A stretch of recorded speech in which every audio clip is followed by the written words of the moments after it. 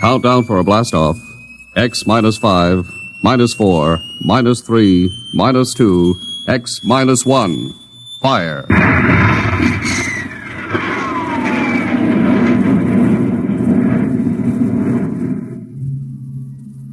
From the far horizons of the unknown come transcribed tales of new dimensions in time and space. These are stories of the future. Adventures in which you'll live in 1,000,000 could-be years on 1,000 maybe worlds. The National Broadcasting Company presents X minus 1.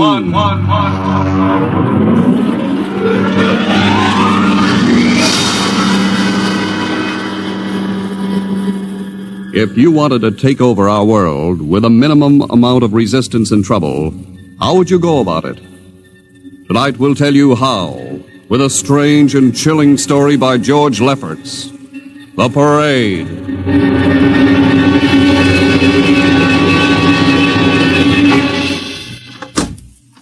You are Mr. Sid Ryan. The same.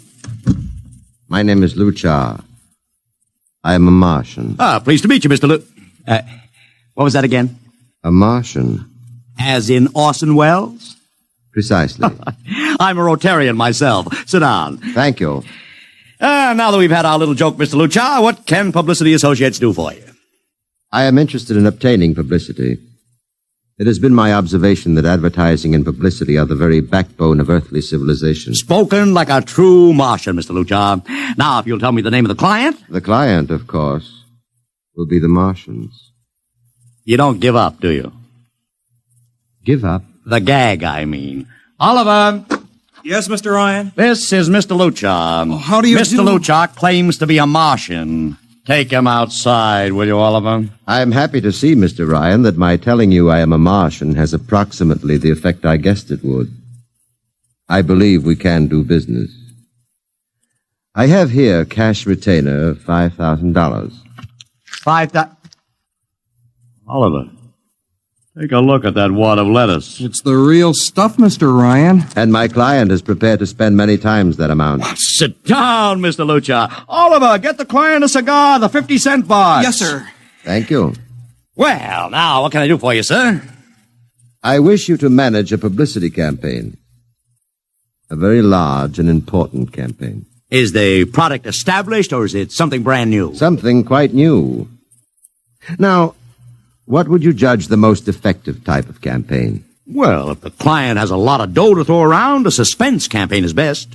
First, you place ads in the paper saying, "Watch this space." Then about a week later, you run an ad saying XYZ or PDQ, and you get people guessing what it means. Then finally, when you've teased them enough, you bust loose and unveil the product. Excellent. We will conduct a suspense campaign. Of course, in this kind of campaign, secrecy is very important. Once the name of the product leaks out, it spreads like wildfire, and the whole campaign is kerfloppo. Quite so, quite so. The utmost secrecy. You realize, of course, these things cost like crazy. Would, say, $1 million cover expense? Come again? I said, would $1 million cover it? Why, yes, I am at...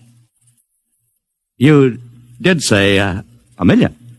I understood that you have handled some very large accounts. Of course, if this is too big... No, not at all, not at all. As a matter of fact, I seldom touch anything less. Right, Oliver? Huh? Oh, of course. That's right, Mr. Ryan. Absolutely right. Yes. You will begin, then, by saturating the newspapers, the radio, the streetcars with a very simple statement. What's that? I will write it on a card. Here you are. The Martians are coming. Say, that's not a bad teaser. Got that, Oliver? Yes, sir. The next ad will read, June 1st is Martian Day. June 1st is Martian Day. What happens on June 1st? The parade takes place. What parade? I wish you to arrange a parade up Fifth Avenue. You mean like the Macy Parade? Exactly. Except that the theme will be the world of tomorrow, the Martian world. My client would like it to be a gay affair. Balloons, clowns, pennants, Pretty drum majorettes? Say, that sounds terrific. I might be able to interest the department stores in a tie-in. Fine. The parade will climax the campaign. On June 1st, the product will be unveiled. Good enough. By the way, Mr. Luchard, just what is the product? What are we selling? Oh, no, Mr. Ryan. Secrecy, remember? Yeah, but after all... Mr. Ryan, all will be revealed to you in good time. For the moment, let us say that we are selling a concept. A concept? The concept of invasion from Mars.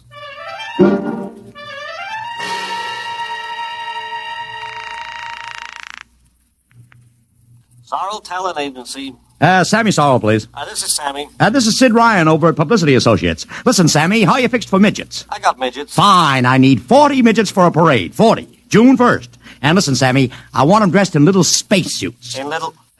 You know, like men from Mars. Mars. Okay? And I want some movie extras, maybe 50 of them. 50. Also rigged up like men from Mars. Make them look gruesome. Got that? Gruesome. Also, I need some horses with pretty girls on top of them.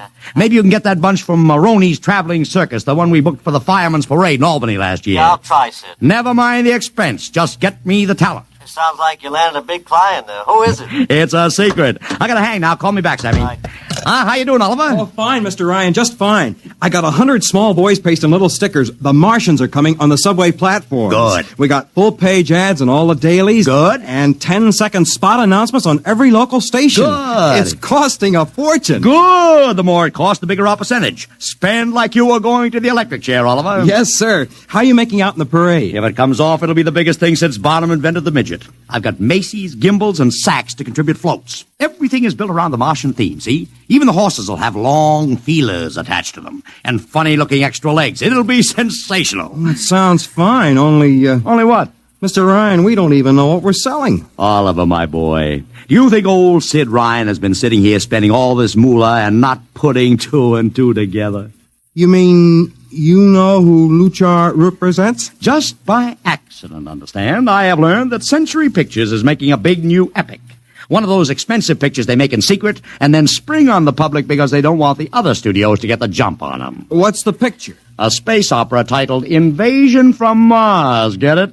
Oh, I begin to see. Also, by mere coincidence, it's supposed to have its premiere sometime around June 1st. You follow me? Yes, but, Mr. Ryan, Century has an exclusive contract with New Features Syndicate for all their publicity. Suppose Century Pictures doesn't like the way New Features is handling their stuff. They want to get out of the contract, but New Features says no, so they have to get around the contract. A man named Luchar, client unknown, starts publicizing the Martian invasion. Need I go further? Oh, I don't know, Mr. Ryan. Sounds pretty far-fetched to me, but I don't know. That's what I like about you, Oliver. You're so innocent.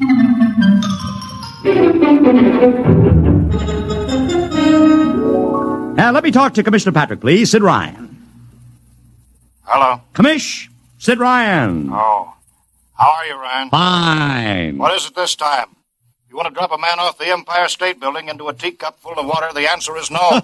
Also, we're not arresting any fan dancers. You know I don't handle fan dances. I want a permit for a parade. June 1st, 5th Avenue. It's a Sunday. There's no traffic. Now, look, Ryan, Macy's gets a permit. Gimbals gets a permit. The American Legion gets a permit. The Sons of Erin march every time Morton Downey sings the Wearing of the Green. Oh, don't give me a hard time, Patrick. This is too big. I have the 5th Avenue Merchants Association behind me. Okay, Ryan. Fill out the forms. I'll pass them along to the license commissioner. That's my boy. By the way, what's the occasion for this parade? Oh, don't you read the papers, Patrick? June 1st is Martian Day.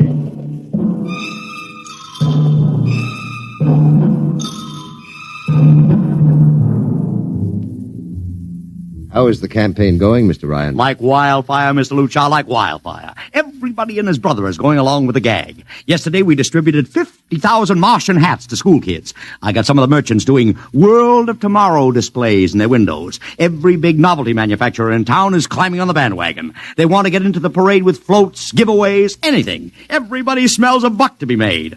I wouldn't be surprised if the mayor himself declared Martian Day. I've even arranged for Commissioner Patrick to accept a $50,000 check for the Policeman's Benevolent Fund from the man from Mars. Oh, it's terrific, terrific. My blood pressure's up to 200.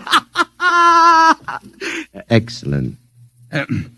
I understand Century Pictures spent over $1 million making that space opera. I beg pardon? Oh, come, Mr. Lucha. Sid Ryan wasn't born yesterday, you know. I know who our client is, even if you don't admit it. You do? Always thinking that's me. Well, as long as you know, let's keep it to ourselves, shall we, Mr. Ryan?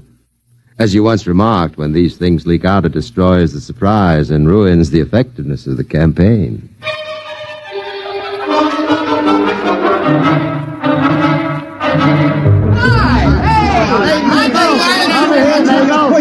Ladies and gentlemen, this is Ken Daly speaking to you from our portable transmitter atop the reviewing stand for the much-heralded Martian parade on Fifth Avenue.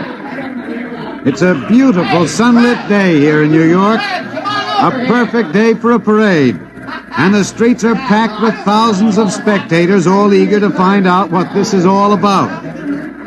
There's an air of shrill expectancy. Some of the kids and their parents have been camped on the curbstone since early this morning to be sure of ringside seats when the so-called Martians pass by. I've just had word from Saul Brown up at Central Park Mall that the Martians have landed from big pink balloons. And now while we're waiting for the arrival of the parade, we brought some people up to our microphone to tell you their reactions to this most spectacular of all publicity stunts. That's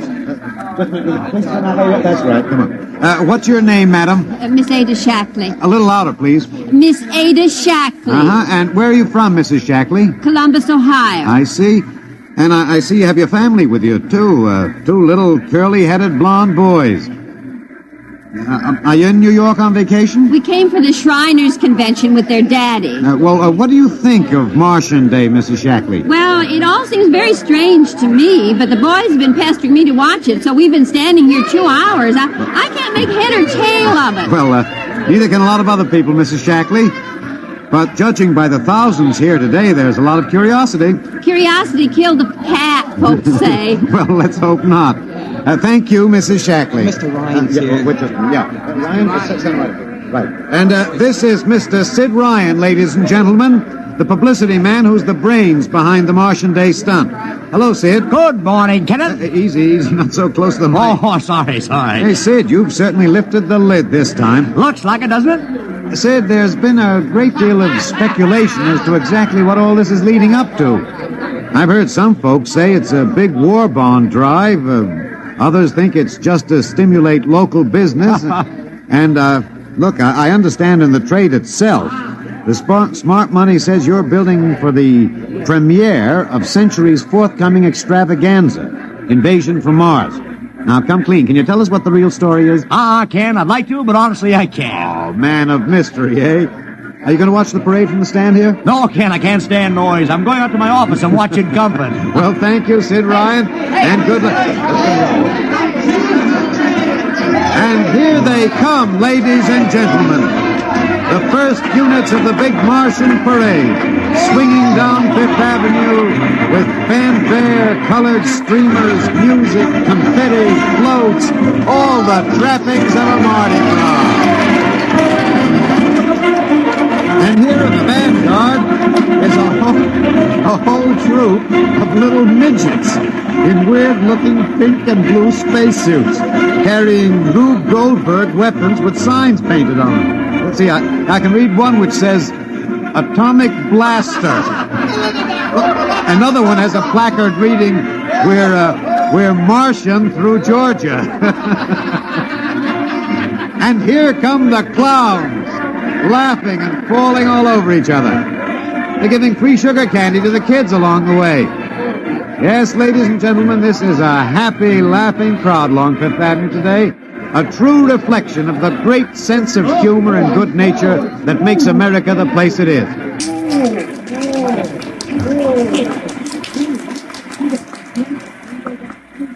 This is promised as the climax of the show. Now a great hush has fallen over the crowd. It's quite a sight to see these thousands of people standing here expectantly, hearing only the great regular sigh of their mass breathing. And now here they come, ladies and gentlemen, the Martians, marching in booted, helmeted ranks, row after row of them. Why, this is an impressive sight, ladies and gentlemen, and a rather serious contrast to the rest of the joyous slapstick parade we've witnessed. There are perhaps, 200 tall, broad-chested men dressed in metallic gray spacesuits with thick glass visors drawn across their faces. Each is holding an ominous-looking ray gun at the ready position. They're marching in absolute silence, keeping step perfectly, as though some mute, unspoken command were marking time for them. The crowd seems rather grim and serious now. Perhaps they're reminded of the actuality of war and possible invasion. They stand solemnly, silently, watching. Even the children are awed. And now the first ranks of the Martians are moving past us down Fifth Avenue toward the reviewing stands at the square. No one moves. What's that? What happened? There, a woman, ladies and gentlemen. She dashed out into the street. For what reason, I don't know. She attempted to lift the visor of one of the Martian spacesuits, but just as she reached the Martian, she fell forward in a dead faint. I tell you, I've never felt such mass tension in a crowd as we're experiencing here right now, today. All sorts of rumors have begun filtering back through the audience. There are excited whispers of she's dead, she fainted, and now an undercurrent of, what? They're really Martians. This is an example of how a single incident can precipitate mass hysteria, ladies and gentlemen.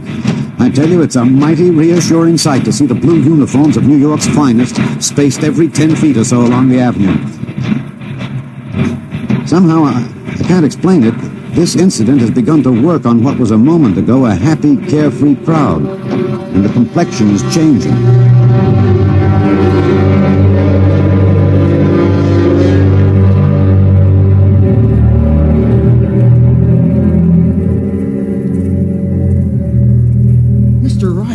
Did you see that? A woman fainted. Of course I saw it. What do you suppose she saw? Oliver, old man, did I ever tell you were too naive for this business? But that young woman ran out into the streets to get a close look at the Martians, and then she screamed and fainted dead away. I'm well aware of that, Oliver, since I paid her $50 to do it. What? The dramatic moment, Oliver, the stock and trade of the good publicity, man. Relax. Holy smokes, you sure think of everything. Yeah, for my share of this deal, roughly $100,000, I can afford to think of everything. Shut the window. Don't you want to see the finish? We'll go down to the reviewing stand for the finish. Right now, I want to make a phone call. By the way, where's Lucha? I haven't seen him. Well, he'll be around. Boy, those Martians sure look like the real thing. How would you know the real thing if you saw it, Oliver? Oh, gee, I don't know. Close the window, Oliver. Oh, yes, Mr. Ryan.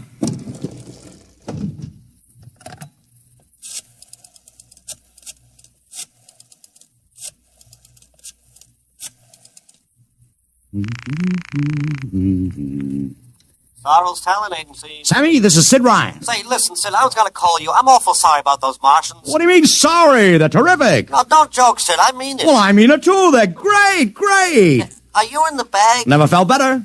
You mean it, don't you? Of course I mean it. What is this? There are Martians in the parade? About 150. Of course, I only ordered 50, but Sid. under the circumstances... Sid. Well, what is it? Sid, don't you know? I couldn't get you a single movie extra. There's a studio strike in New York. I was going to call you, but I figured... Hey, wait a minute.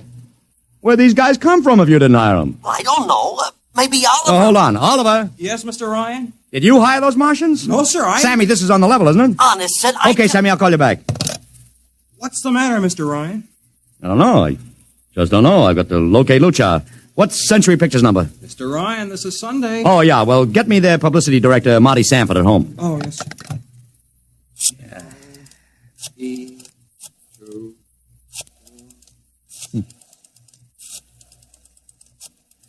Here you are. Thanks. Sanford. Marty, this is Sid Ryan. Oh, hello, Sid. How's the big Fine, promotion? fine. Listen, Marty, this is dead serious. On the level. Get it? What's wrong? I've got to locate Lucha. Lou who? Lucha, come on now, Marty. This is life and death. The guy you sent over to hire me for the invasion picture. Invasion picture. Invasion from Mars, the space opera. Are you batty? Marty. That picture was shelved last month. What? Sure, back in the can. Too expensive and too fantastic. The big shots decided you can't sell a Martian invasion to the American public. And I never heard of a guy named Luke. Mother heaven. What is it, Mr. Ryan? You look terrible. That's too fantastic. What's too fantastic, Mr. Ryan? Is something wrong? Open that window. I want another look at those Martians. Yes, sir.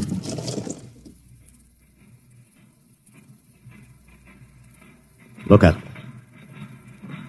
Oliver, you were in the Army. Could 150 movie extras learn to march like that in, say, 24 hours? Not in 24 days, Mr. Ryan. Not a second's hesitation. Not one other step. Look at the way they carry those ray guns at the ready. The only other time I've seen troops march like that was in a film of the Nazi stormtroops marching through the streets of Paris. See those chests, Oliver? That's pride. Sheer, arrogant pride. Look at those chins. That's contempt. Nobody could act like that. Mr. Ryan! Oliver, get down there. Find that woman who fainted. Her name's Gloria Montex. Get her up here. Make it fast.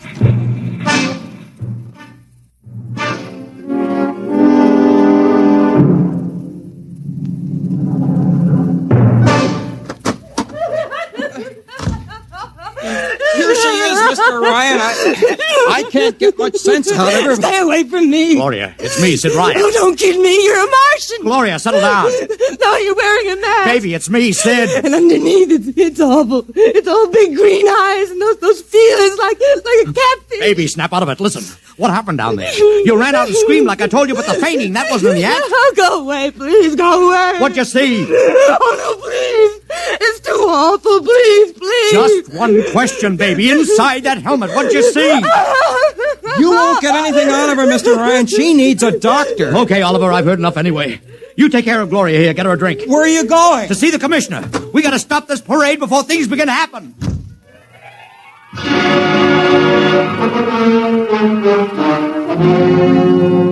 Okay, Ryan, what's the beef? Listen, Patrick, I don't know what it is, see, but something's wrong. You gotta stop that parade. I suppose you'd like the riot squad. That would get you a front-page spread on every paper in town. Honest, you publicity guys give me a pay. This may be a matter of life and death. Oh, sure. Look, Ryan, I've got no time for your cheap publicity gags. I'm a busy man. Listen, I'm trying to tell you I don't know where these Martians came from, who they are, anything about them. All I want you to do is stop the parade and make sure they're on the level. Ryan, I'm wise to your tricks. If you let the sergeant show you out... You won't do it, huh? An honest citizen appeals for protection and you refuse. I most emphatically do. Now beat it. All right, Patrick. I'll go right to the mayor's office. I'll have you busted flatter than a fried egg. Go ahead. I'm sure His Honor will be glad to toss you out on that phony nickel-plated skull of yours.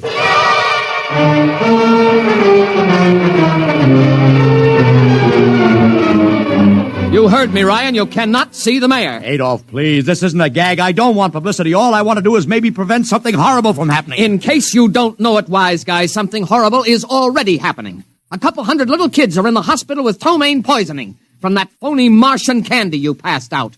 Or didn't you know? I didn't. We've got to stop that parade. Sure, you'd like nothing better than to start a panic now. Maybe a few hundred people would get trampled to death. Think of the newspaper space that would get you and your product. I won't stand for this, Adolf. You won't have to, because you're going to get out of here right now. Go on, beat it. Get out. You and your publicity stunts make me sick to my stomach.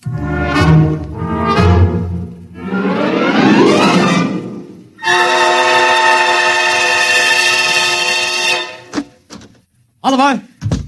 Oliver, where are you? Oliver! Oliver! It is useless to scream at him, Mr. Ryan. Your friend is quite dead.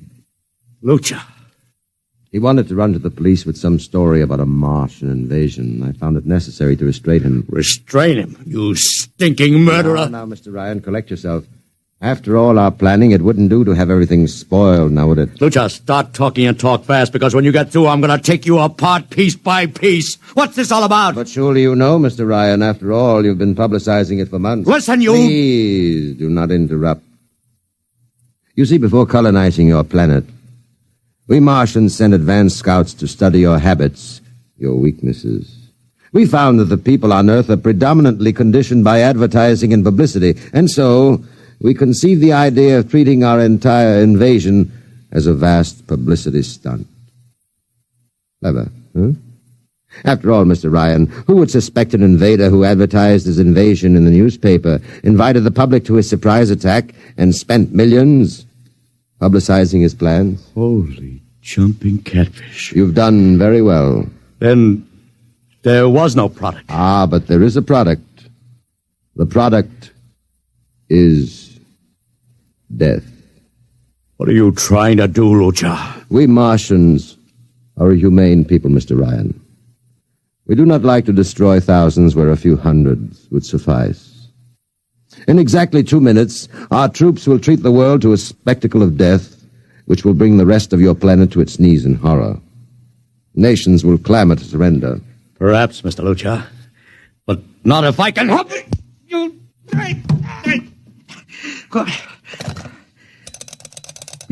Yes, please. Operator, this is Mr. Ryan. Get me the field telephone on the reviewing stand of the Martian Day Parade. Hurry. Anyone in particular? Just hurry.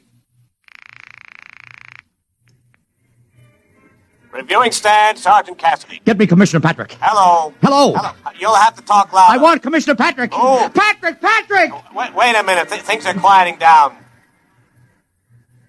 Now, what was it you wanted? This is Ryan. I have to talk to the Commissioner. It's a matter of life and death. I'm sorry, you can't talk to him now. The Chief Martian is presenting the PBA check to him. The Martians are going to fire a salute. Listen, you gotta stop him. What? Stop him! I'm sorry, Mr. Ryan. You idiot, the worst is going...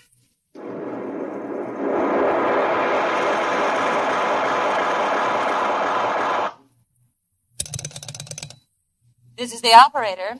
I'm sorry, Mr. Ryan, you've been cut off. I can't seem to get them back. Doesn't matter, operator. Nothing matters now.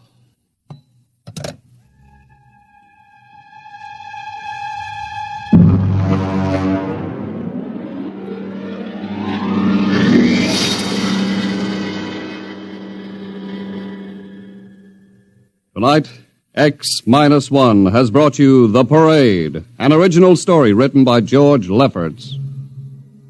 Featured in the cast were Joseph Curtin as Ryan, Joe DeSantis as Luchar, Alexander Scorby as Daly, Agnes Young as the woman, Ellen Deming as Gloria, John Thomas as Oliver, Arthur Anderson as Sammy, Wendell Holmes as the Commissioner, and William Keane as Sanford. Your announcer, Don Pardo. X-1 was directed by Fred Way and is a transcribed NBC Radio Network production.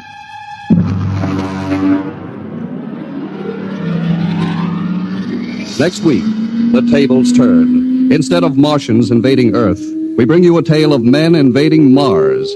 Ray Bradbury's brilliant short story entitled Mars is Heaven. Suppose you were a member of the first rocket ship crew to land on Mars, but instead of seeing Martians, you find that you've landed in a town that looks just like home, that all your dead relatives and friends are there to greet you, so that as incredible as it may seem, you think you're really in heaven. That is, you think so, right up to the fatal moment. The moment of X-1.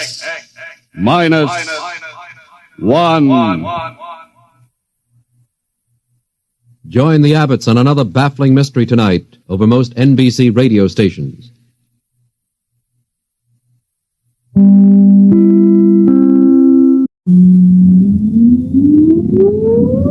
Countdown for blast off. X-5, 4, 3, 2, X-1, fire.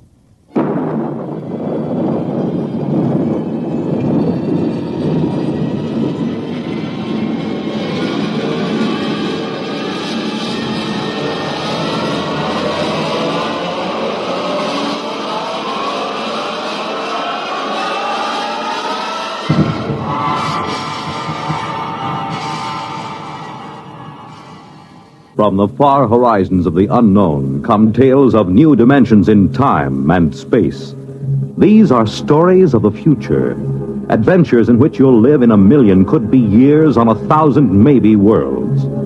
The National Broadcasting Company, in cooperation with Galaxy Science Fiction Magazine, presents X-1.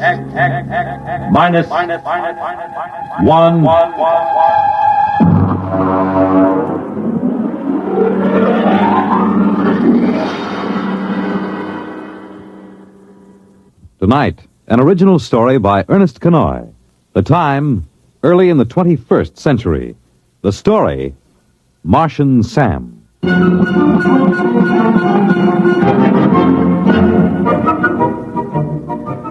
whole thing started the first day of spring training. I'd gotten into camp 2 or 3 days before and started to loosen up a little. Because at my age, even batting fungos to an outfielder can tie your muscles up into knots. Although, as a matter of fact, I'd bet that I was in better condition than half the Humpty Dumptys on the club.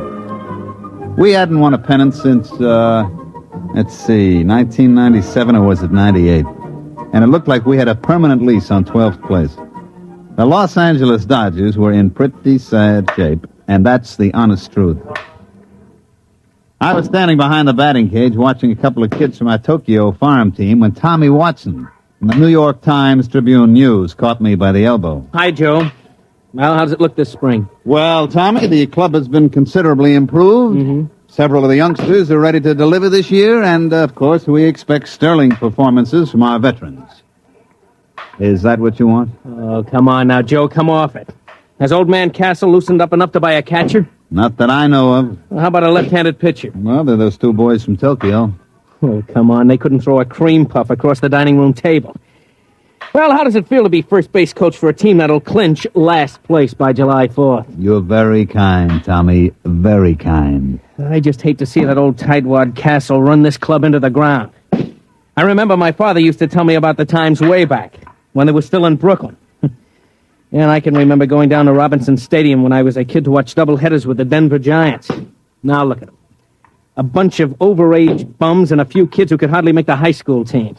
And all Castle's money goes to buy sports rockets for that screwball son of his. Oh, Joe, baseball isn't what it used to be.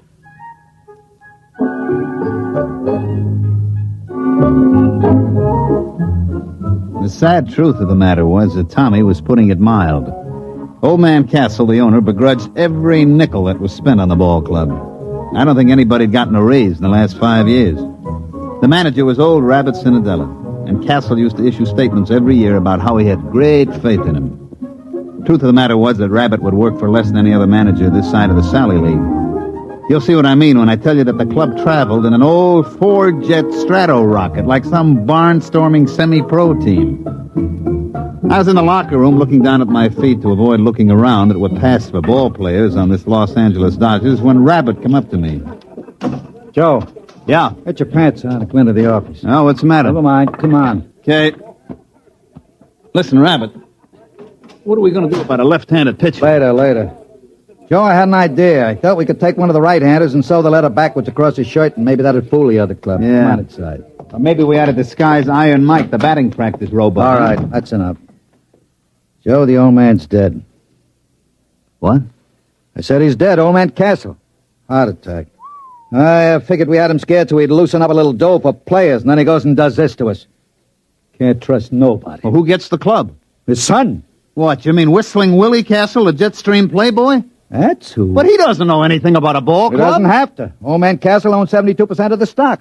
And it all goes to Willie. Well, what's going to happen? Beats me. Probably sell us all out and buy a new rocket. Is he here? It was in the Earth-Moon small boat race when it happened. They got a message to him when he hit the direct beam off Lunaport. He could have landed and taken the shuttle back and made it in 1 day. But he was leading in the race, so he just kept going. He's due in a couple hours. You think you can get him to go for a left-handed pitcher? I don't know. We'll have to try.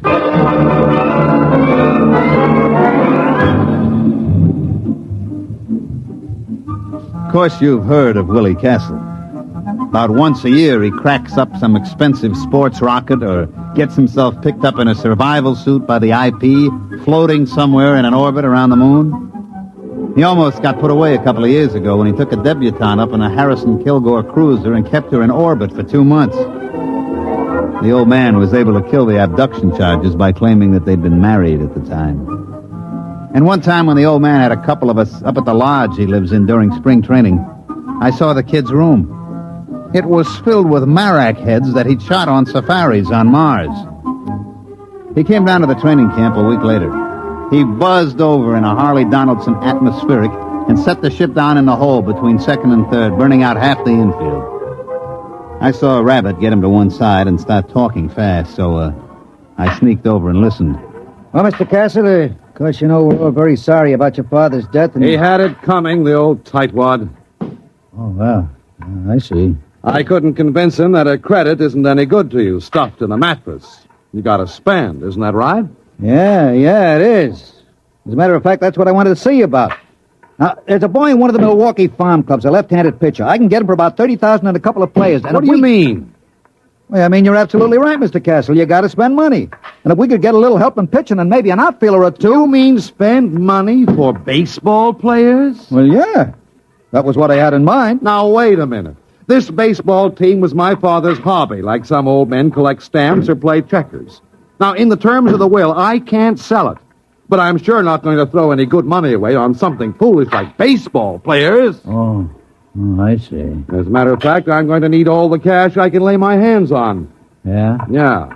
I've got a chance to buy a 3-pile nuclear eraser that'll cut 2 weeks off the round trip to Mars. Oh, I see. You wouldn't want to spend money on anything as foolish as ball play. That's it. You've got the idea now. Oh, by the way, Mr. Cinadilla. Yeah? I find it's quite embarrassing to me to have my friends continually make fun of me because the Dodgers are in last place. Well, as a matter of fact, that gets to be a touchy point with me, too. Well, I'd like to see it change. So if you don't mind, would you please have them somewhere in a more respectable position, say third or second, within a month or two? Now, look here, Mr. Castle. I can't make bricks without straw. You won't spend the credit for a ball player, and I can't... You do your best.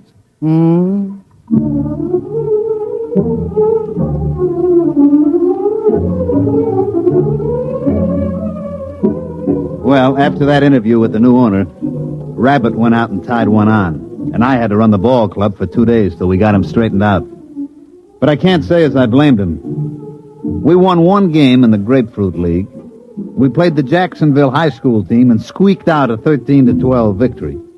What the Yankees and Braves did to us, I'd rather not say. We opened the season at home, and a mediocre pitcher for Pittsburgh threw a no-hitter at us. Actually, that's not quite accurate. The truth is he just pitched, and we didn't hit anything. We lost 10 straight from opening day, and we didn't lose on the 11th day because it rained. Rabbit and me piled into his 97 copter and flew out to the Castle Estate up near Arrowhead. I was in pretty bad shape. For one thing, Rabbit's copter has a wobble, and I was feeling green around the gills by the time we dropped down on the port. Willie Castle was very excited by the time we finally got to see him. He was puttering around a whole mess of stuff piled up in the middle of the floor. Say, how do you like this? Isn't it exciting? Yeah.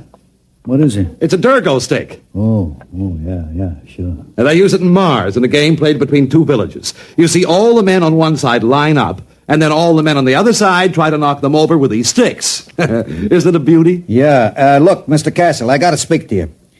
We got to have a left-handed pitcher. Oh. You mean for the baseball team? Yeah, that's right, the baseball team. That's what we got to have a left-handed pitcher for. Yeah. Well, now, I can't really be bothered with details of that sort. I'm leaving for Mars in the morning. Oh, by the way, I haven't had a chance to look at the standings recently. How are we doing? Mr. Castle, we may well set them out on record for consecutive games lost. Now, look here. You told me you can't sell the club, and you said you get tired of your friends kidding you about being last. Well, take it from me, Mr. Castle, and I know. Unless we get some ball players on that club, it's going to be last for the next 22 years. Now, look here, Cinadilla, I know you can fire me, but I don't care who you hire as manager. Unless you get him a left-handed pitcher and a couple of other players, that club is going to stay last. Oh, well, then I'll see what I can do. Don't worry about it. What do you mean, don't worry about it? I got to go out there every day and try to make those bums go through the motions. Now, look, I really have to pack. And besides, I'm expecting a new shipment of equipment from Aberfitch and Combi. Now, just don't worry about it. I'll think of something. Goodbye.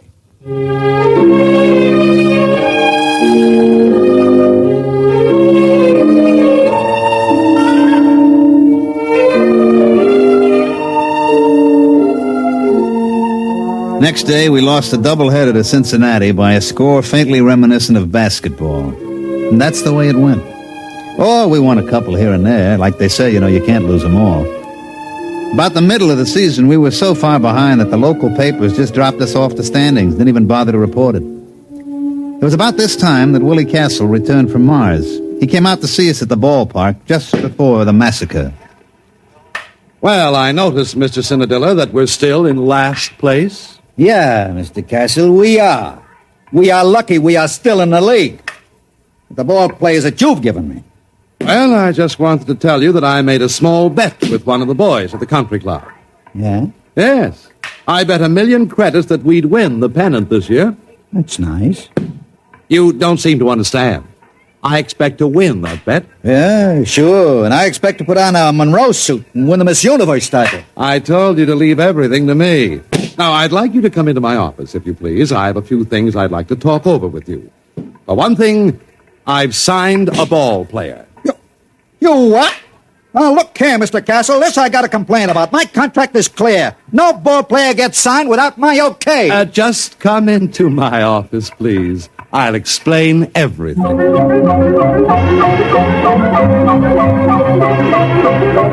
That night, when Rabbit went up to the plate to hand in the starting lineups, I could tell something was happening. For one thing, old Baldy Snuff, the umpire, was looking at the card like it was written in Arabic.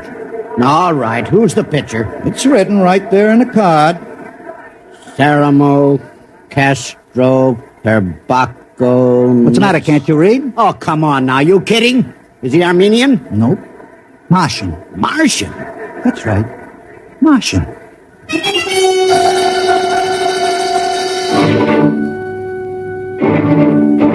Of course, the riot didn't really start until our pitcher got out on the mound. Fred Kurtz, the Milwaukee manager, came running out like he'd been shot from a jet. Baldy Snuff was hollering. The whole Milwaukee bench was looking for a fight, but Rabbit just stood there quiet and calm. He can't do that. He can't do that. Look at that thing. What is that? That's my pitcher. We call him Sam. But you can't play with that. That ain't a ball player. That isn't even a human being. What are you trying to pull, Rabbit? Listen, I got my rights. I sign them legal. Here's the contract. But now look here, Rabbit. You can't get away with that. That thing's only about 2 feet high. 18 inches, as a matter of fact. But how's he gonna pitch? He hasn't even got any arms. Sure he has. He's got it curled up. Hey, Sam, wind up. But that arm, it's 32 feet long. That ain't legal. You're gonna let him get away with that? Oh, there's one other thing. On the end of that arm, look, you see? That's his eye. Rabbit, I'm gonna punch you right in the nose. Now take it easy, Kurtz. Take it easy. Look, I got the papers all here. I've got the United Nations Concordat with the Martial Colonial Government, a Supreme Court decision in the case of Schultz versus Karawa, Kalpabal, Kalfitz, et al. It's legal.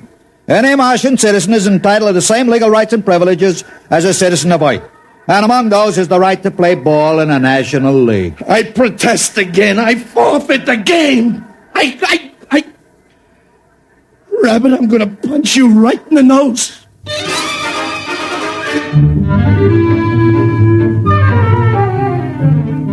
As a matter of fact, the game that night was postponed because of riot. The next morning, everybody met in the commissioner's office, and sure enough, it was legal.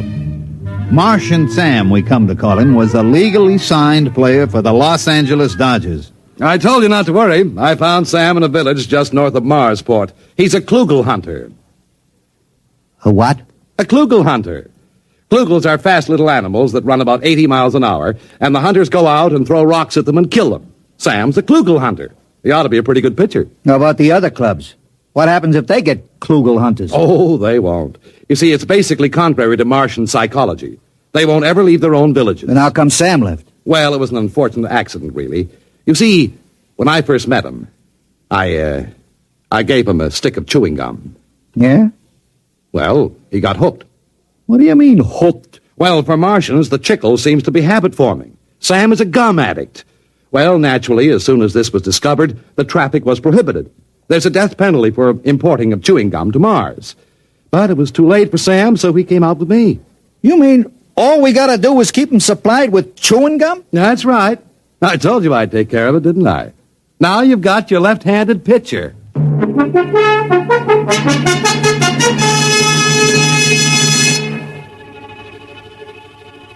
Sam pitched that night. He struck out 27 batters, and we won 3-0.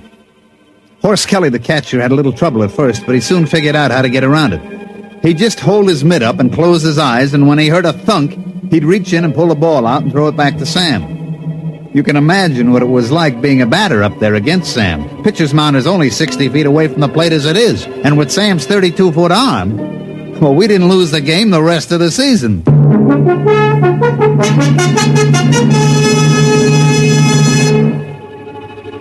Of course, we started out so far behind that by the last game of the season, we were tied with the Milwaukees, and we were playing them at Milwaukee.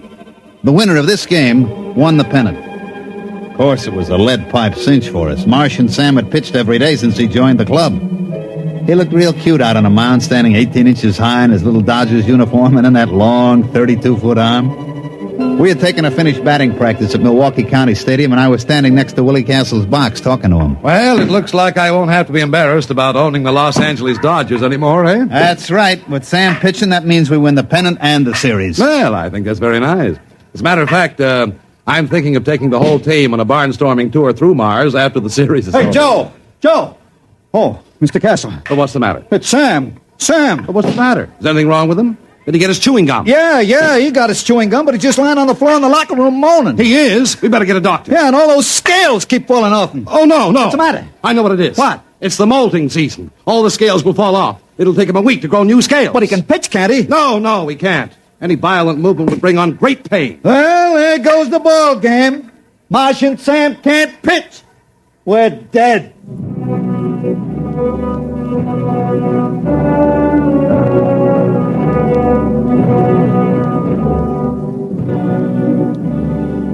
Rabbit put it mild. We were good and dead. We pitched Harry Kosnowski, our best human pitcher, but our best human pitcher was none too good.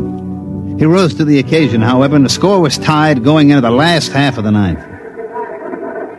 That's the way, Harry, old boy. That's the way. Pour it in. Come on, Harry. You can do it, baby. Unfortunately, he couldn't. He hit a streak of wildness and walked 3 straight men. Things were very quiet in the Dodgers dugout. One more walk would force him to run, the ball game would be over. Then as we all sat there staring out at the mound where Harry was sweating, we heard a little shuffling noise. Oh, what's that? Sam! Sam, what are you doing out here? And then with the little squeaks that he used for talking, Sam told us what he wanted to do. He wanted to pitch. But, Sam, you can't. You're molten. Your scales. All right, Sam, all right. If that's the way you want it, you get out there. You pitch that one batter. It's 2 out. You strike him out, it'll go to extra innings, and we'll win the ball game.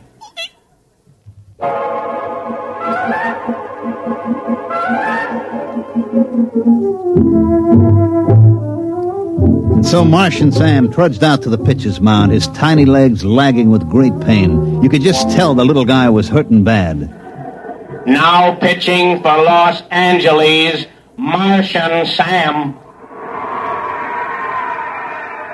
We knew that Sam could do it now. We only had to face one batter and we'd get our chance again. Horse threw the ball out to him and Sam stood there, his eye on the end of his 32-foot arm, blinking with pain. All right, batter up. Let's get a batter in there. The umpire called for the batter and nobody came out of the Milwaukee dugout. Hey, come on, let's go.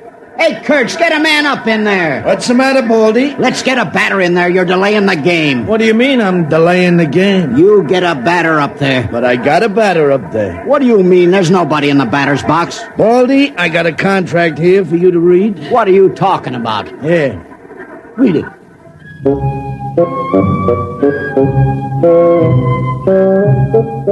Well, of course, everybody knows what happened. The Milwaukee Braves had signed an intelligent virus from the moons of Jupiter. He was up there in the batter's box, but of course you couldn't see him without an electron microscope. He walked on 4 straight pitches, forcing in a run, and the Milwaukees won the pennant. But like I say, that's baseball. You can't win them all.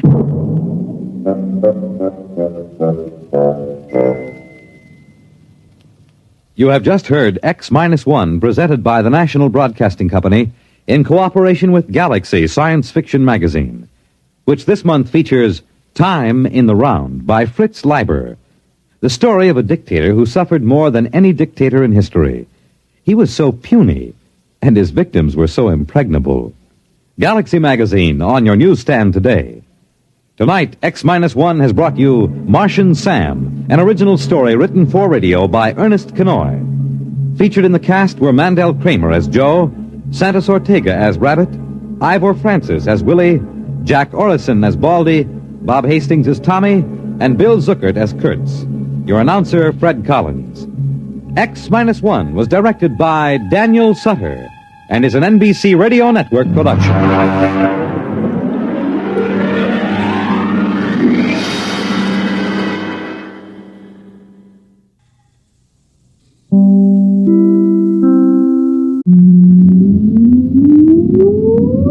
Countdown for blast off.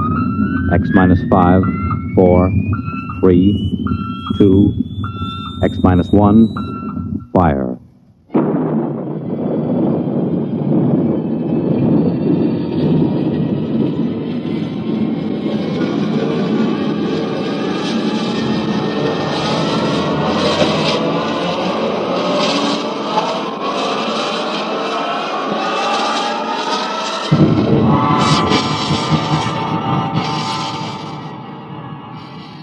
From the far horizons of the unknown come transcribed tales of new dimensions in time and space. These are stories of the future, adventures in which you'll live in a million, could be years, on 1,000 maybe worlds. The National Broadcasting Company, in cooperation with Galaxy Science Fiction Magazine, presents X minus 1.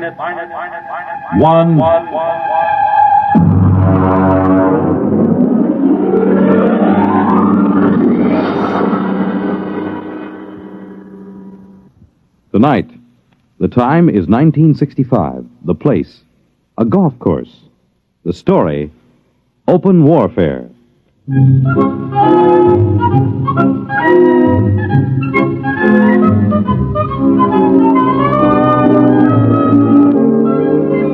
wouldn't believe it, but there are some people that think that caddy is a pet name for a big car. No, I mean it. Over those little wagons you pull around the course or carrying their own clubs, there are people actually playing golf for years, never seen a caddy. As far as I'm concerned, you take the human element out of golf or any sport, and what do you got left? Nothing. I mean, you could say I'm prejudiced on account of my being a caddy, but that's the way I feel about it. Besides which, a caddy is a perfect observer of the passing parade of human experience. I'll give you for instance.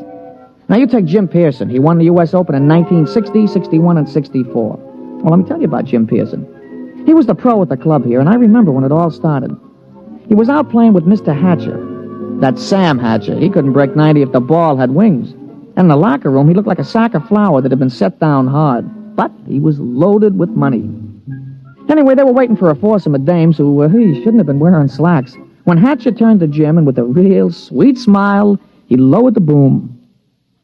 Jim, you're a good golfer. Thank you, Mr. Hatcher. You're a good golfer, even if you can't teach me anything. Oh, you're coming along fine, Mr. Hatcher. We've been good to you at the country club, haven't we? Oh, yes.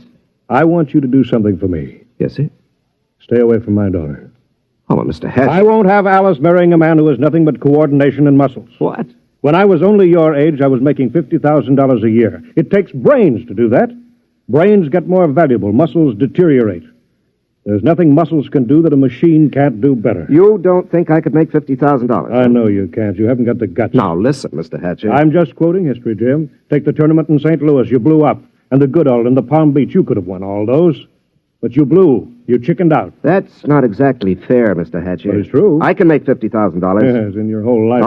No, in 1 year. Oh, you can? Yes, sir. All right, Jim, you're a sportsman. I'll tell you what I'll do. If you can make $50,000 in 1 year at this infantile pastime that you call golf, you can have Alice. Why, that's the most arrogant What's the matter, Jim? Don't you think you can do it? I know I can do it. All right, then. Is it a bet? All right. All right, it's a bet. Very well, then. I believe the ladies are finished. Shall we drive?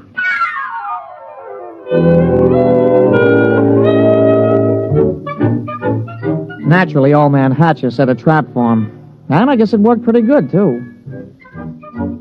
Jim knew I heard the whole thing, so he used to talk it over with me. Hey, you've been doing real good this season, Mr. Pearson. Sure.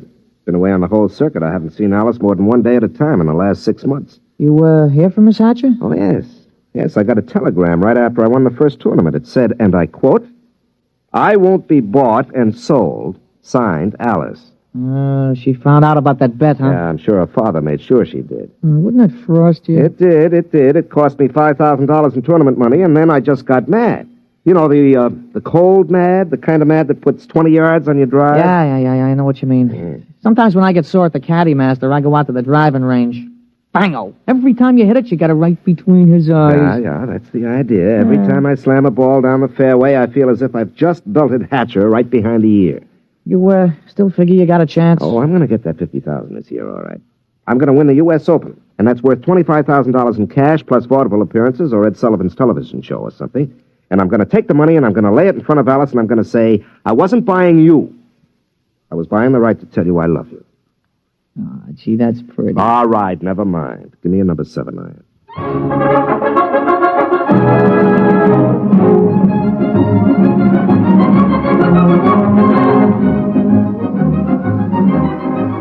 Jim Pearson sure was burning up the circuit. He came into the U.S. Open the man to watch. The day the tournament opened, Jimmy Cannon had in his column, "You are Jim Pearson, the hard luck boy with the velvet swing." It was real philosophical.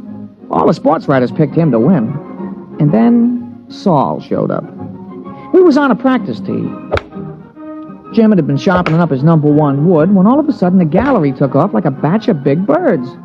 They were around another tee about 100 feet away. Jim knocked off and the two of us strolled over. Hey, that's some swing. Who is that, Pete? I never seen him before. His name's Saul. That's some swing. Yeah, he's no amateur. I've never seen him on the pro circuit. Hey, Mr. Pearson, look at the caddy. 280 yards down there. That ain't what I mean. Look, he's got a ball bag in his hands. Now watch. Oh, that's a good catch. He caught that ball right in the bag. Mr. Pearson, that caddy didn't move that sack. That ball dropped right in 280 yards away. Oh, it's an accident. Yeah, look, it happened again. He's a trick shot artist. Wait till he gets into competition. I don't know. He just hit another one, dead center. Oh, there isn't anybody that good. Not even old Joe Kirkwood. Quite a spectacle, eh, Jim? Oh, hello, Hatcher. Must be unnerving to watch something like that. I can stand it. But will you be able to stand it when the going gets rough? Will you blow up like you always do? It will be too bad just when you're so close. Don't worry about me. I'm not. I imagine Saul will take care of that. Oh, you know him? I brought him here. My own personal entry. He's going to beat you out of the open. But he's got something to learn. Look at him. Just a dumb country boy who never saw a golf club till a few months ago. I think he might teach you something, Jim.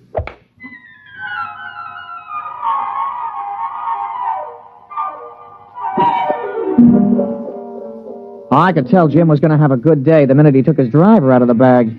He took his practice swings, and they went around clean, grooved, and loose. I would have bet my shirt on him. As a matter of fact, I did. The crowd was sympathetic. They wanted to see him burn up the course. Well, Pete, we all ready? Yeah. What's this? New kind of golf ball? Oh, yeah, a young fella from the A.B. Wells Sporting Goods Company. He slipped me a fin to talk you into using these balls. Well, I don't know. They any good? Yeah, I figured. They guaranteed they had 20 yards to every drive. I sure could use 20 yards. Well, he's going to come around to see you later. He wanted to sign you up for testimonials and advertising and things. You know, the golf ball used by Jim Pearson when he won the U.S. Open, that kind of thing. There's a lot of dough in it. Well, we'll give it a try. Let's tee up.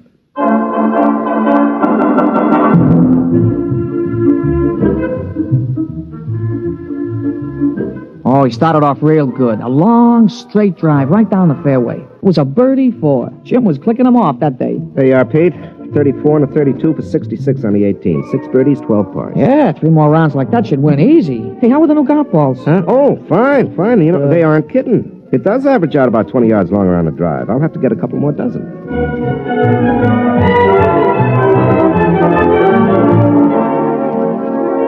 We went around to watch Jim's score being posted on the big board. Most of the field was still out, but he was ahead of the closest competitor by 3 strokes. Who's that? Oh, somebody coming down the 18th. It must be a hot round. Yeah, I'll be posting it in a minute. Oh, Saul. Yeah, you see, there he is, walking through the crowd. Yeah. Well, here comes the secretary with the score. Hey, Mr. Pearson, look at it. 32 and 32, 64. 64? That's a new course record. Yeah, well, it's only the first round. New course record. Look at that. 3s and 4s, 3s and 4s. He ain't over 4 for the whole day. What's the matter, Jim? You don't look well. 1 round is not a tournament. Well, comfort yourself while you can. Saul's just getting warmed up. He's that mythical thing, the perfect golfer. But he's dumb. No brains, Jim. No brains at all.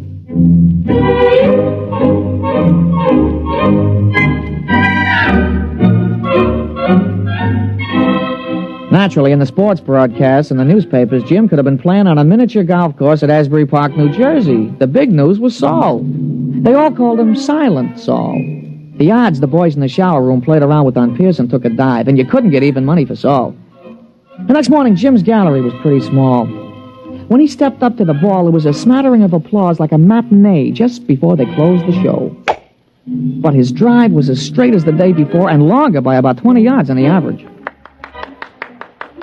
Hey, that's a nice putt, Mr. Pearson. Yeah. Who's that? That's Saul, I'm afraid. He's coming around behind you. Well, he's going to have a big fight.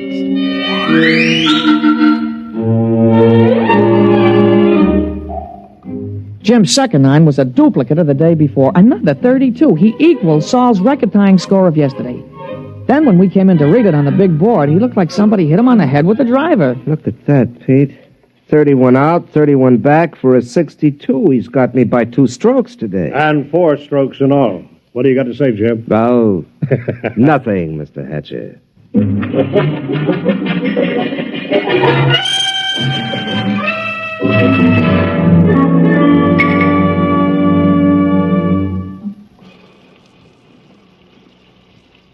Throw me the soap, will you, Pete? Yeah, sure, Mr. Pearson. Yeah. Thanks. You know, there's something wrong, Pete. Just doesn't happen this way. That's tough luck, Mr. Pearson. Oh, no, it's not that.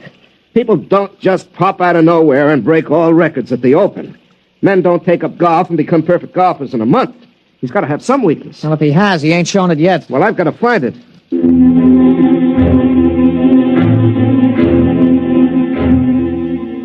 Jim was out the next morning, and he came in with a classy 32. On the back nine, he slipped a stroke to 33. He was still 4 down.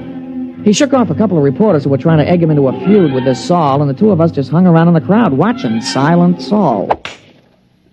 His first drive went a clean 300 yards down the fairway, straight as a ruler. Pete, there's something about his swing. There's something about it. I've seen it before. Oh, you never saw that Silent Saul before, Mr. Pearson. Still, there's something about his swing.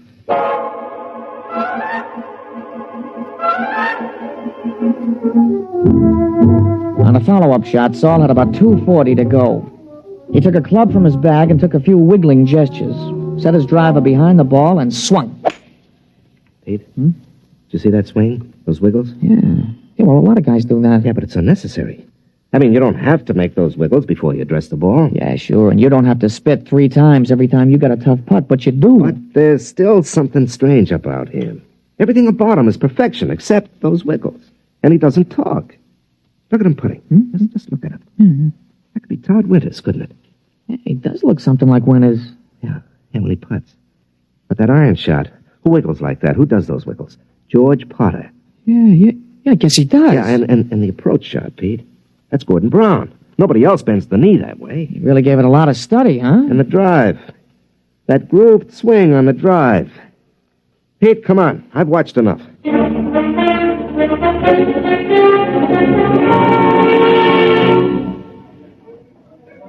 Ah, Pearson, a 63, I see. You're 6 strokes behind with 1 round to go. You want to give up now? I don't think I will.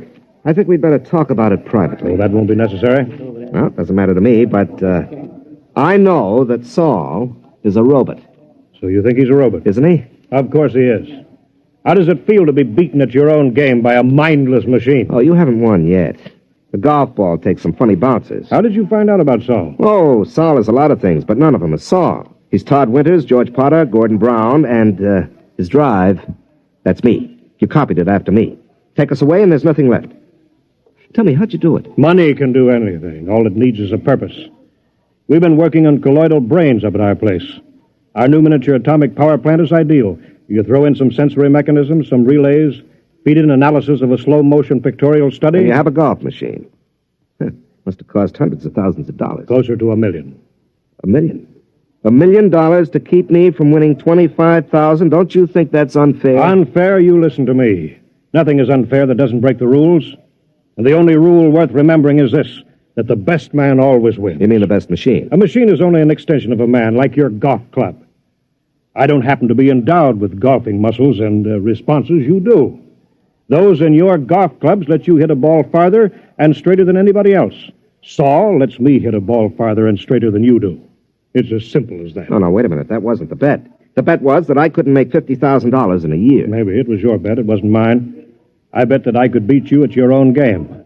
I don't think that you're good enough for Alice. You're not smart enough, not man enough.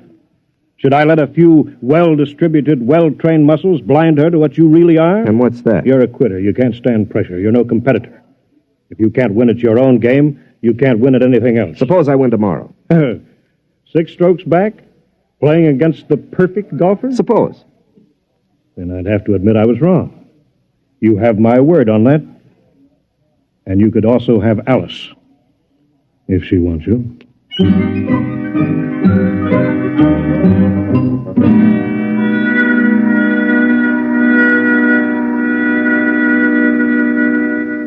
Somewhere, Saul must have an Achilles heel. Pete, the prime fact about man is his adaptability. Yeah, sure. Yeah. They've got to build in at least one constant, if not more. How about judgment? I don't think so. They could tell whether he'd have wind or rain or the sun or slow greens or something. They got to take care of that. Yeah, I suppose so. Hey, maybe you could jimmy him.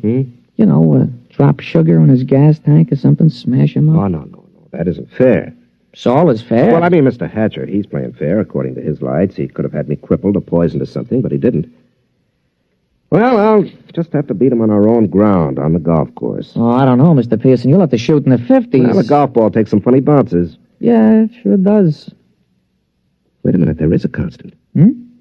Listen, Pete, you know Saul's caddy? Yeah, I know him. An illiterate type of guy, yeah. Could he use $10 or maybe 20 or 50? He's a caddy, isn't he? All right. Pete, I want you to talk to him. You'll do better than I can.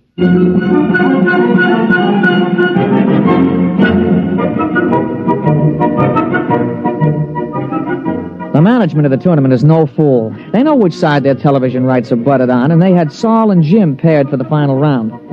Jim's drive took a tail-end hook. It dived into the rough behind a clump of trees. Wasn't a very happy start. Saul took a ball from his caddy, teed it up, and settled himself.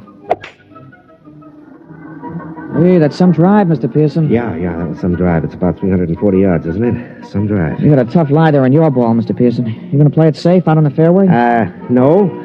You see that hole between those 2 trees? Mr. Pearson, that ain't sensible golf. Pete, sensible golf won't win.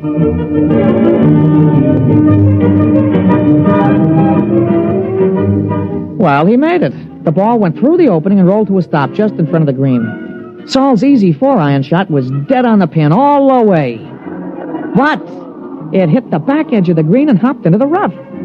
Jim took an easy putt for a birdie, and Saul's recovery was long, and 2 putts gave him a par. Well, that's one of the strokes I need. And that's the way it went. Jim's game sparkled, and Saul's game kept finding trouble.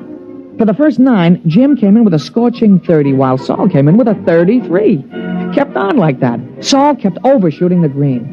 They came into the 18th hole with Saul still 2 strokes up. Now, look, don't you worry, Mr. Pearson. You're going to tie him for sure. Oh, that's no good, Pete. By tomorrow, his game will be on again perfectly. Jim's drive sliced behind a fringe of trees. He had to shoot blind. He made it on the green, about 25 feet from the cup. Okay, Pete. This is it. Saul's in for a 5. Don't you worry, Mr. Pearson. Don't you worry. Okay, I won't. He lined it up. He studied the green. He noted the slope and the lay of the grass. And then he stroked the ball. We did it, Mr. Pearson. We did it. You're the new U.S. Open champion.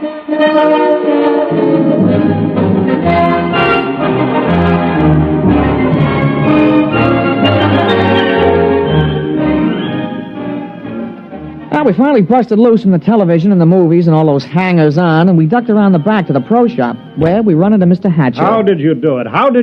Well, Mr. Hatcher, under extremely restricted sets of circumstances, a machine is better than a man, but over the long run, over the gamut of situations, a machine doesn't have a chance. Just can't compete. I still don't understand. It cost $1 million. $1 million.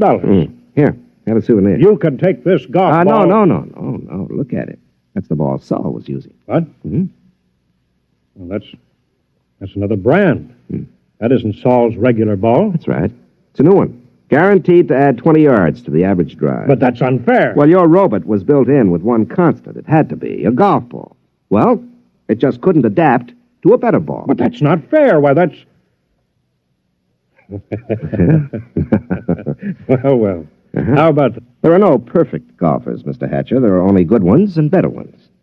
But, well, I've been thinking about this robot of yours, and I'll be around in a few days to talk to you at your office. Huh? About what?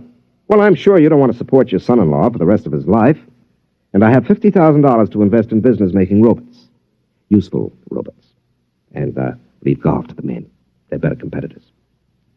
Now, if you'll excuse me, Mr. Hatcher, I've got a telephone call to make to your daughter.